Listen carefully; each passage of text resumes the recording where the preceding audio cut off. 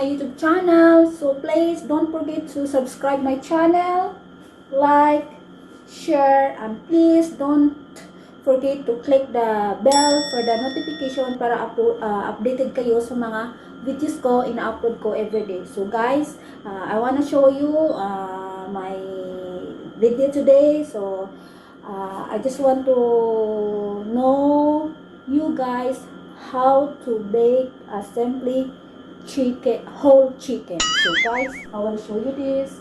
Actually guys, I made this one yesterday for marinating. I marinate this one for about 24 hours.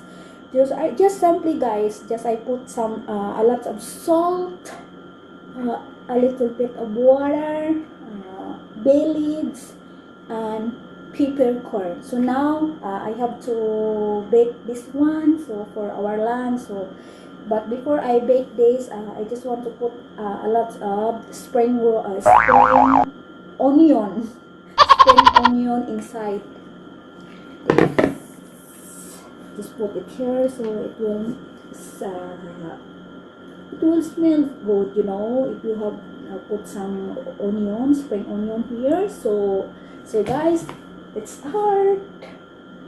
The ingredients, this is the ingredients that I marinated yesterday. So I use this peppercorn, of course, salt, and bay leaves, and of course a little bit of water, so the salt it will melt it, you know. So and then I anong tawag nun? Basta inaano ko yun sa sa the body of the chicken. I put some salt inside the body of the chicken. Charot. Pero totoo po yun guys. Inaano ko lang po yun ganun. So para masarap po, diba? So guys, simulan ko na ang pagbe-bake. So guys, dyan lang kayo. This one, but I have to wash everything, so it will not salty, you know. So I wash after marinating, so I wash it. Now I have to put this one, guys, inside. So see, diba? Before to put inside the chicken, so I have to set this one into I used 250,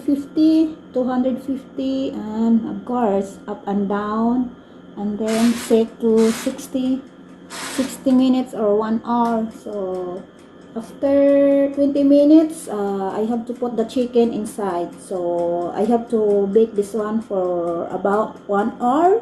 And then I will check if it's cooked, also I will remove, and of course you know what's the next. Now I remove the aluminum foil. For another time I have to bake again for until it's golden brown, and of course we need crispy chicken, so love it. I need a sauce for my whole chicken barbecue. My ingredients is light sauce, oyster sauce,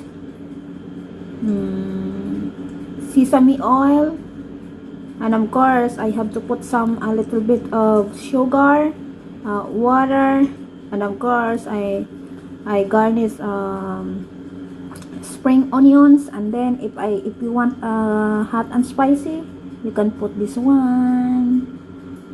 So yummy. Now it's almost done, but I have to wait until it's golden brown. So I want a crispy chicken. Kita ako hindi na sobraan nila grabe. Kaya ang naiwan.